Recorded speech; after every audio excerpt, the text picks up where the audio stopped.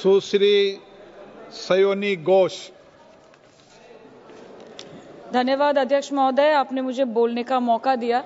आज बहुत शेर बोले जा रहे थे सदन में, तो मैं भी एक शेर से शुरू करना चाहती हूँ कि तेरा इंतजार करेंगे हम, चाहे जमाने लग जाए, या तो तू आ जाए या हम ही ठिकाने लग जाए। तो सर, ये शेर मुझे अच्छे दिन की याद दिलाता है, वो दिन के जिसका वादा था, इस सरकार के नेकी का जो इरादा था, जो इरादे 2014 में काफी बुलंद थे, पर 2024 के आते आते इनके नीतियों में कुछ थोड़े बहुत घमंड थे, जिस घमंड के चलते पूर्व में नोटबंदी और लॉकडाउन जैसी घटनाएं घटी और जिसके वजह से 700 से ऊपर किसानों की मौत हुई, और जिसके चलते मणिपुर पर प्रेसिडेंट्स रूल तो लागू किया गया, लेकिन बस यही बोलना था कि 22 महीने लग गए और कई लोगों की जानें चली गई।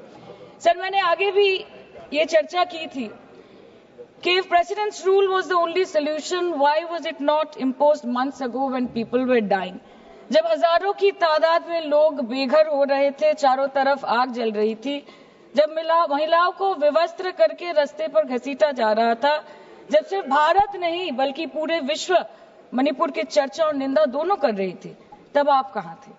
Sir, this delay in imposing president's rule proves that the BJP leadership neither had the will nor the competence to handle the Manipur crisis, and the administration watched quietly as ethnic tensions spiraled out of control. Sir, मैं ज्यादा detail में नहीं जाऊंगी क्योंकि हमने चर्चा पहले भी की है, और आज लगभग 2:15 को हम मणिपुर पे आलोचना कर रहे हैं। इतना इंपॉर्टेंस अगर पहले दिया होता तो शायद इसकी नौबत ही नहीं आती। So this is what I think. पर सर, ये शर्मिंदगी की बात है कि आज भारत के एक राज्य में प्रेसिडेंट्स रूल है। ये भी शर्मिंदगी की बात है कि 140 करोड़ की आबादी में 80 करोड़ को मुफ्त में राशन दिया जाता है। आज सर, लाखों नौजवान हैं जो बेकार बैठे हैं। 1 से 2% ऐसे लोग हैं जो सिर्फ टैक्स पेएबल के क्राइटेरिया में आते हैं, और बीजेपी है जो सब चंगासी का कुर्ता पजामा पहन के घूमते रहते हैं। ये दिखाने के लिए अच्छी बात है, लेकिन ग्राउंड रियलिटी कुछ अलग ही है। सर 2023 में टॉप 10 VPNR के रिपोर्ट के अनुसार मणिपुर में 212 दिन से ऊपर इंटरनेट शटडाउन किया गया था, a total of 5088 hours, marking it the second highest after Jammu and Kashmir.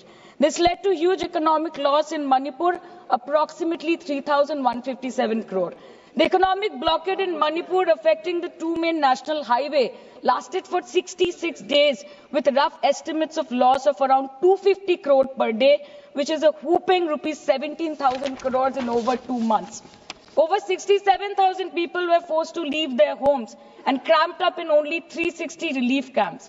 Nearly 12,000 people fled to Mizoram. Approximately 7,000 people sought refuge in Nagaland, Assam and Meghalaya. Over 1,700 people taken refuge in Kachhar district as of June 2024. और ये सब तो sir registered official figures है, न जाने unregistered official और कितने बेघर लोग होंगे जो दूसरों के घर में रह रहे हैं, शायद दूसरे राज्य में रह रहे हैं, दूसरे देशों में रह रहे हैं।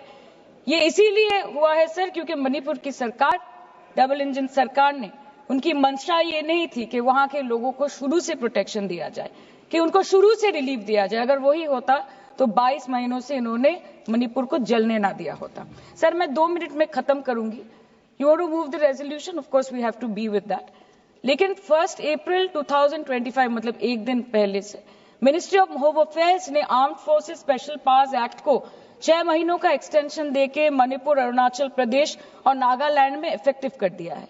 इससे समझ आता है that law and order in Manipur has seriously डिटोरियोरेटेड।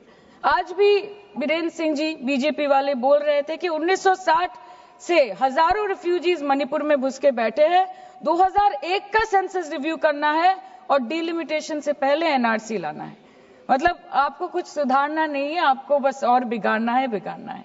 जिस तरह असम में एनआरसी के नाम पे इस सरकार ने 1500 करोड़ से ऊपर फूंक दी और करीबन 19 लाख लोगों को अस्तित्व संकट में डाल दिया, अब वही हरकत दोबारा दोहराना चाहते हैं मणिपुर के लोगों के साथ। अध्यक्ष महोदय, मैं अंत में बस इतना कहना चाहती हूँ मणिपुर के भाई और बहनों की तरफ से कि जिंदगी यूं भी गुजारी जा रही है जैसे कोई जंग हारी जा रही है। जिस जगह पहले के जख्मों के निशान हैं, फिर वहीं पर चोट मारी जा रही है, फिर वहीं पर चोट मारी जा रही है। इसलिए आपके माध्यम से इस सरकार से मेरी यही अपेक्षा रहेगी कि मणिपुर के हालात में सुधार लाए, वातावरण में संतुलन लाए, पहले अपने देश के लोगों को मित्र बनाए, फिर जाके विश्व बंधु कहलाया जाए। That the home minister and the prime minister should work over time and step outside their comfort zone to address the needs of the people and restore normalcy at the earliest in Manipur. Thank you, sir. Thank you.